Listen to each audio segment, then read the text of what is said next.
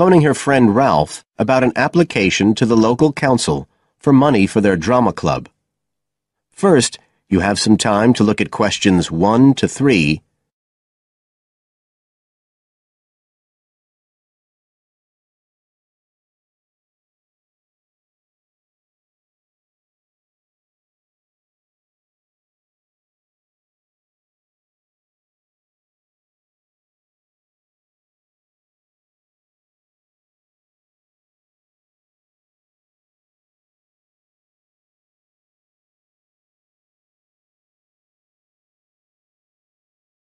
Now we shall begin. You should answer the questions as you listen, because you will not hear the recording a second time. Listen carefully and answer questions 1 to 3.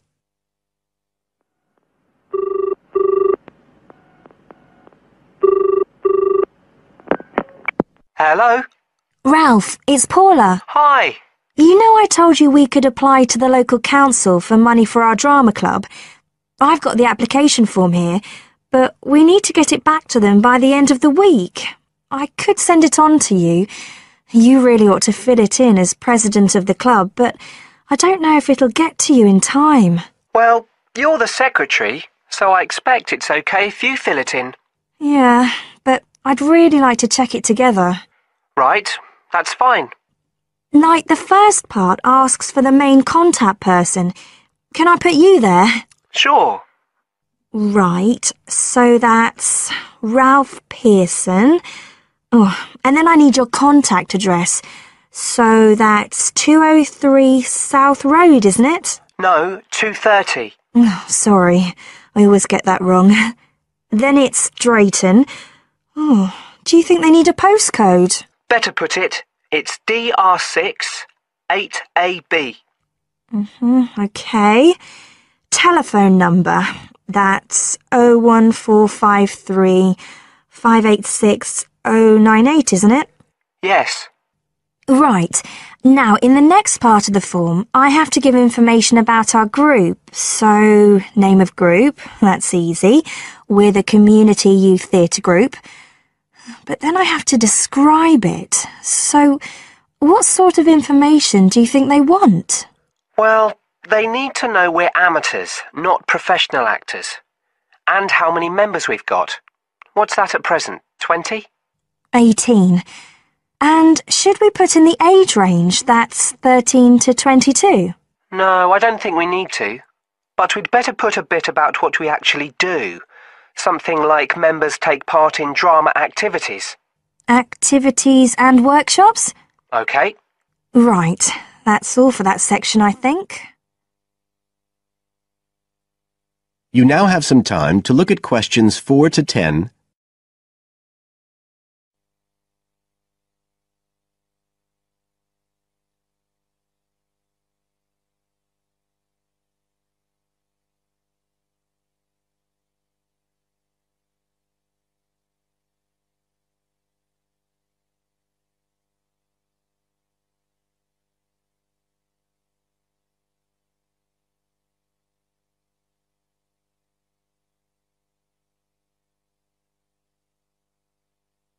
Now listen and answer questions 4 to 10. Now, the next bit is about the project itself, what we're applying for funding for. So, first of all, they need to know how much money we want. The maximum's £500. I think we agreed we'd ask for 250, didn't we? OK. There's no point in asking for too much. We'll have less chance of getting it. Then we need to say what the project, the activity is. Right. So we could write something like, to produce a short play for young children. Should we say it's interactive? Yes, good idea. Right, I've got that. Then we have to say what we actually need the money for. Isn't that it? No, we have to give a breakdown of details, I think. Well, there's the scenery. But we're making that. We need to buy the materials, though. Oh, OK. Then there's the costumes.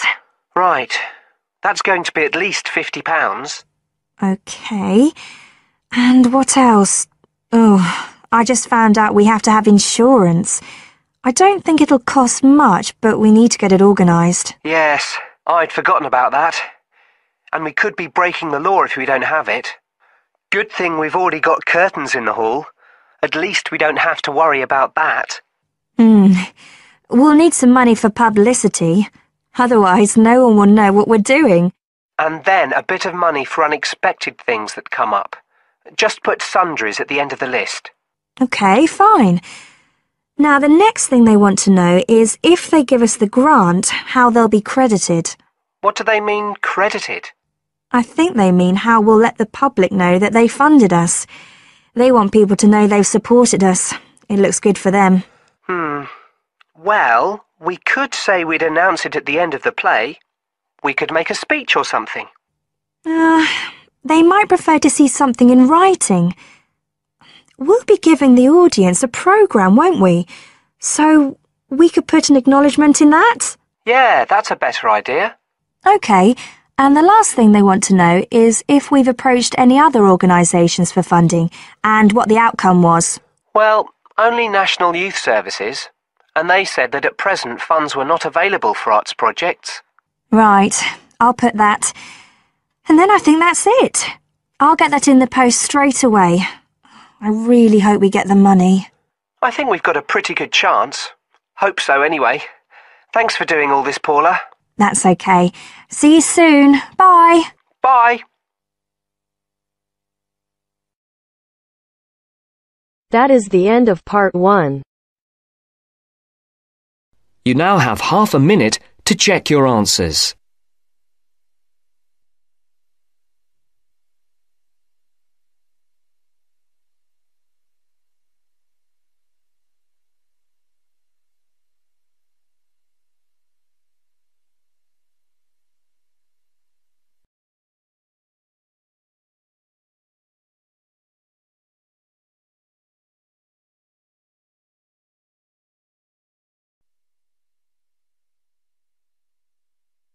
Now turns to part 2.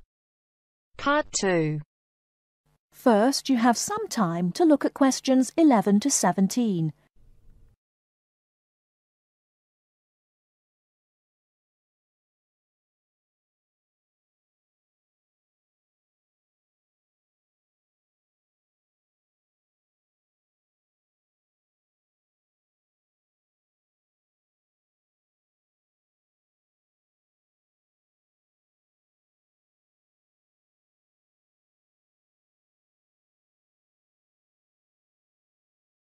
Now, listen carefully and answer questions 11 to 17.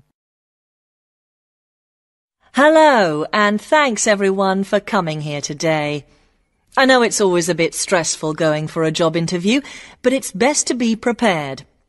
For any of you who may not know me, my name is Fiona Ogilvie, and my job is to offer guidance and support for students with special needs.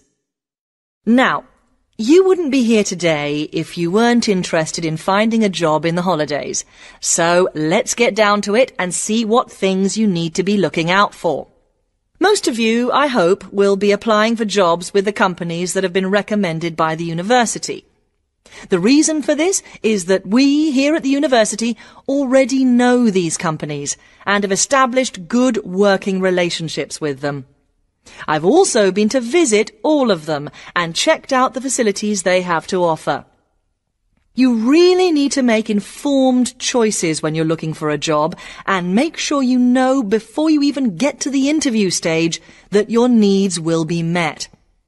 But I know that some of you are applying for jobs independently and have looked at companies outside the university recommended list. So for you, it's best to plan ahead and be aware of what it is you may need while you're working. Things that you need to check when you go for an interview are there enough toilet facilities and are these easily accessible? Also, you want to check that all the public areas inside the building are barrier-free, so you can get direct access to these public spaces whenever you need to. And ask about ramps into the building, so you know how many there are and where they are located. These kinds of things are so much more difficult to sort out when you've started work, as they take time. But ramps are an absolute must, so please make sure you know where they are. Another thing you must make sure of is that the lifts have the correct lowered control panels. Ask if all the lifts have this facility or if it's only certain ones. Now, something I think that is often overlooked is working hours. What you want to make sure of is that you get flexi time. This basically means that your working hours are flexible and you can clock on and clock off in times that suit you. Within reason, of course. Most companies do recognise that it takes much longer for someone in a wheelchair to get on and off buses and trains. Public transport can take that much longer, so you need to be organised and prepared.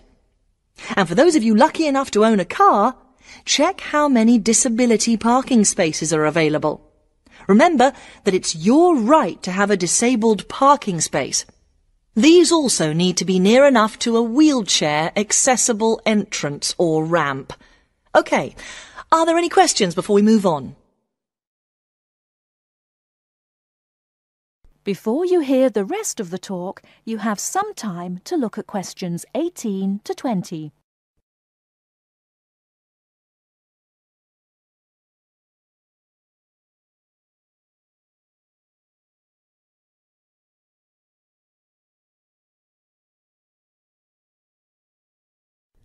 Now listen and answer questions 18 to 20. Right, let's move on then. Now I want to talk you through the series of visits to companies which we've got planned for next week. On Monday morning, we will be visiting the Lowland Hotel. They have various summer jobs available, working as a receptionist or conference organiser in their busy conference centre, organising and setting up conferences.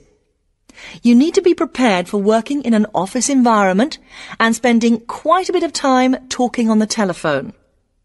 The bus leaves for the hotel at 9 a.m, so make sure you leave yourself plenty of time to get there.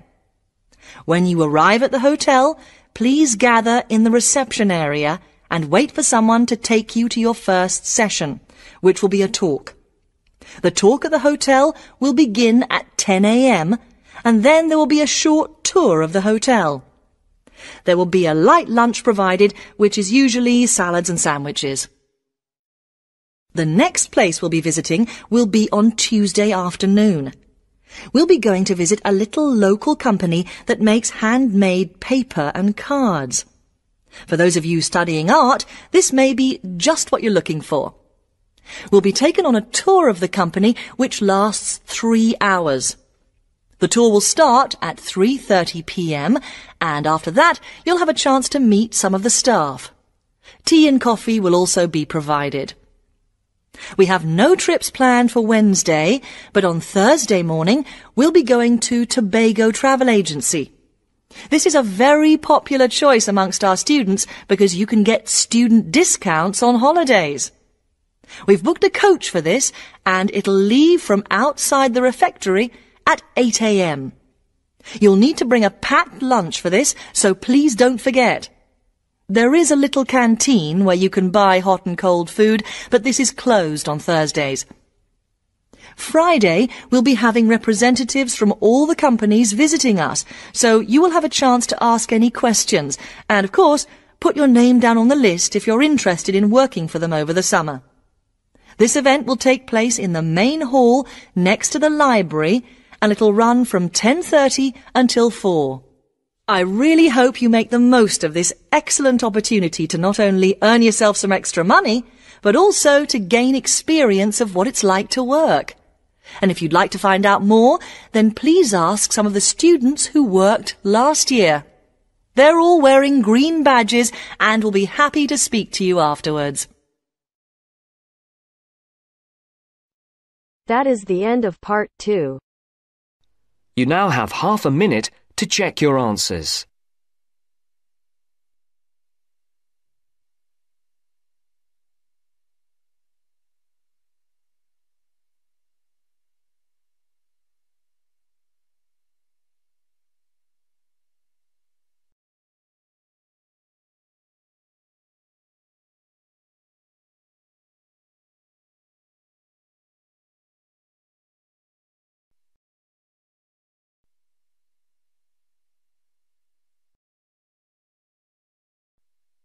now turns to Part 3. Part 3.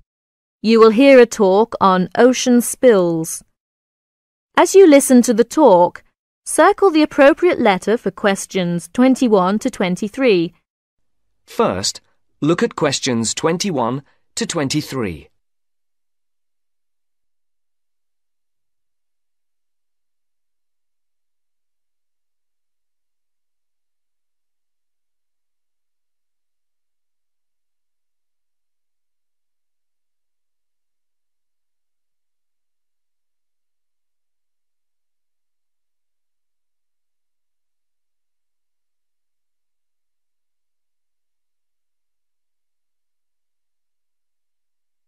As you listen, answer the questions.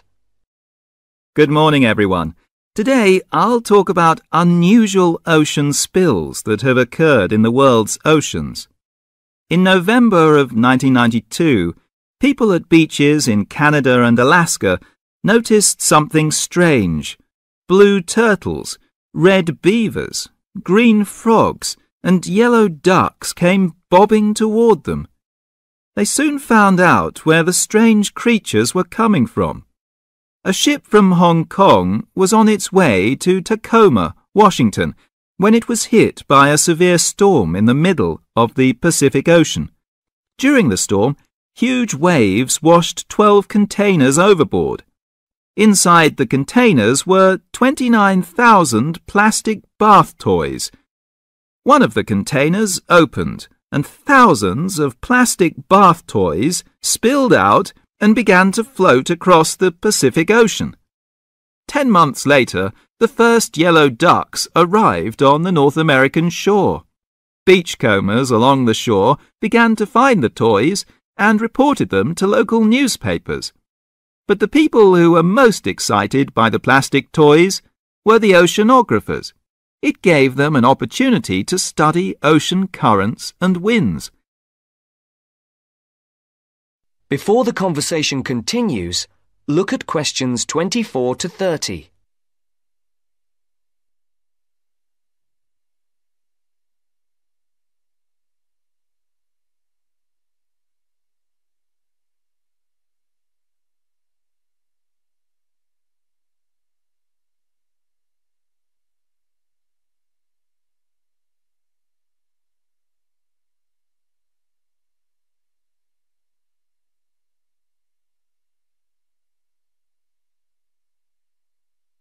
Now listen to the second part of the discussion. Oceanographers drop bottles into the ocean to study these things. But it would be too expensive to drop 29,000 bottles into the ocean at once.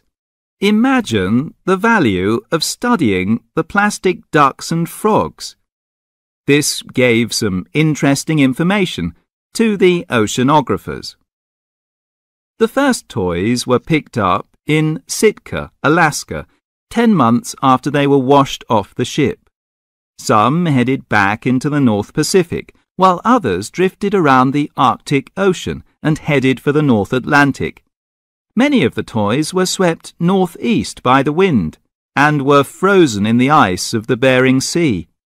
They're expected to cross the North Pole and float on down to the British Isles. This reminds me of another unusual ocean spill. In 1990, a ship travelling to the west coast of the United States from Korea was caught in a severe storm. The waves swept 21 containers of Nike shoes into the water. Scientists estimate that about 80,000 running, jogging and hiking shoes, 40,000 pairs of shoes, to you and me, hit the water at once. The shoes were for men, women and children. About 6 months later, people at beaches from Oregon to British Columbia began to find running shoes washed ashore. By the end of the year, Washington newspapers reported people finding hundreds of shoes. In Seattle, thousands of shoes floated to shore. Since the shoes were not attached, they arrived one at a time. The shoes were dirty, but after they were washed, they were still in good condition. People set up exchanges to find matches for their shoes. oceanographers studied the information to learn more about the ocean. Some Nike shoes reached Hawaii, others went to the Philippines and Japan. According to the scientists, some of the shoes are on a trip around the world and should end up back in Washington and Oregon. Can you believe it? Many pairs of running shoes, as well as plastic ducks and frogs, are still on their ocean journey. So if you go to a beach anywhere in the world, don't be surprised if you see a green plastic frog or a woman's size 7 jogging shoe bobbing toward you. So keep your eyes out, so you may find free bath toys and even a new pair of shoes. Thank you for attending my lecture. That is the end of part 3. You now have half a minute to check your answers.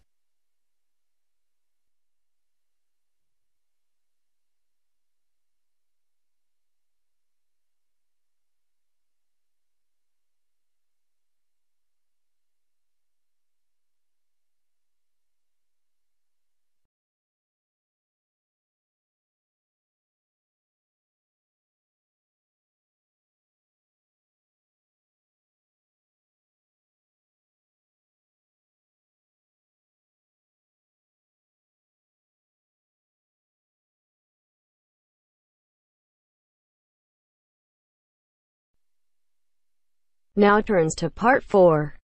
Part 4. Now listen to the second part of the lecture. As you listen, complete the notes below. First, you have some time to look at questions 31 to 40.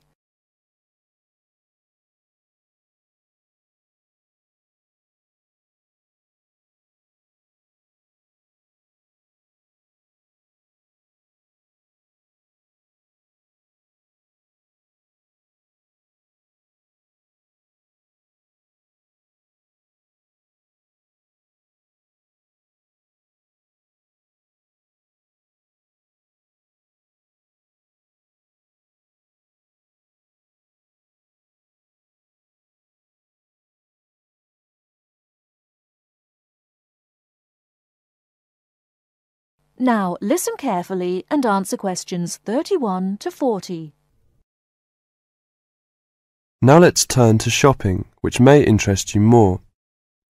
In general, shops open at 9 o'clock in the morning and close at 5:30 in the afternoon. In country towns and quieter suburbs, smaller shops close for an hour at lunchtime, and once a week there tends to be an early closing day when most shops shut during the afternoon. Many cities have a late night once a week when shops stay open until approximately 8 o'clock in the evening. You should ensure that anything you bring into the country, such as travelling irons, heated rollers, hairdryers and electric shavers, can be used on the standard British voltage, which is 240 volts, 58Z. Many hotels will, on request, be able to supply adapters for electric shavers. When you travel, you may want to send postcards home.